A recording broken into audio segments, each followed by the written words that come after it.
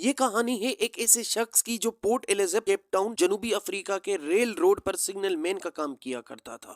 ہم بات کر رہے ہیں جیمز وائٹ کی، جو اپنے دوستوں میں جمپر کے نام سے جانا جاتا تھا کیونکہ وائٹ چلتی ریل کاروں کے درمیان چھلانگ لگانے کی وجہ سے مشہور تھا۔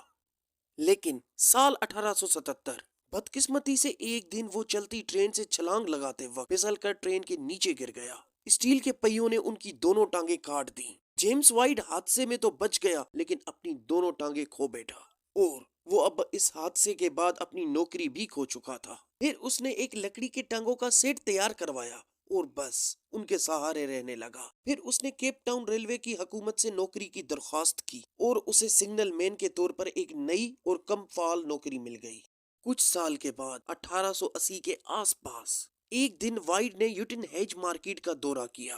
جیمز وائٹ نے ایک آدمی کو بابون کے ساتھ دیکھا جو ویل چیئر دھکیلنے کا کام کر رہا تھا، جس کا نام جیک تھا۔ جیک کی ذہانت دیکھ کر وائٹ حیران ہو گیا۔ اگر وہ ایسا کر سکتا ہے، وائٹ نے سوچا، وہ سگنل باکس کیوں نہیں چلا سکتا؟ پھر وائٹ نے اسے خریدا اور اسے اپنا اسسٹنٹ بنا دیا۔ وائٹ اور جیک دی بابون ریل روڈ سے آدھا میل دور ایک کاٹیج میں اکٹھے رہتے تھے۔ ہر صبح وائٹ اور اس کا دوست پہاڑی تک جاتے تھے جہاں جیک نے تیزی سے سگنلز پر کام کرنا سیکھ لیا تھا۔ اپنی محنت کے بدلے جیک کو روزانہ $0.20 ملا کرتے تھے۔ ایک دن ایک مسافر نے جیک کو کام کرتے دیکھا، پھر اس نے ریلوے سے شکایت کی اور تحقیقات شروع کر دی گئی۔ لیکن وائٹ نے اس حقیقت کو چھپانے کی کوشش نہیں کی کہ اس کے پاس ایک بابون کام کر رہا ہے۔ اسے جیک پر فخر تھا۔ بدقسمتی سے ان دونوں کو فوری طور پر نوکری سے برطرف کر دیا گیا۔ وائٹ نے ریل روڈ سسٹم مینیجر سے گزارش کی کہ وہ جیک کو اس کی قابلیت ثابت کرنے کا ایک موقع فراہم کرے۔ پھر جیک نے خود کو ثابت کر دیا۔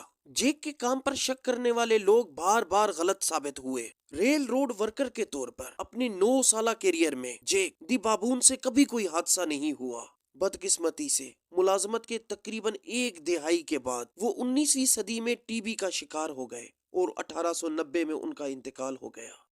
جیک جنوبی افریقہ کا ایک ایسا پیارا خزانہ ہے کہ اس کی کھوپڑی جنوبی افریقہ کے گرام ٹاؤن میں البانی میوزیم میں نمائش کے لیے رکھی گئی ہے۔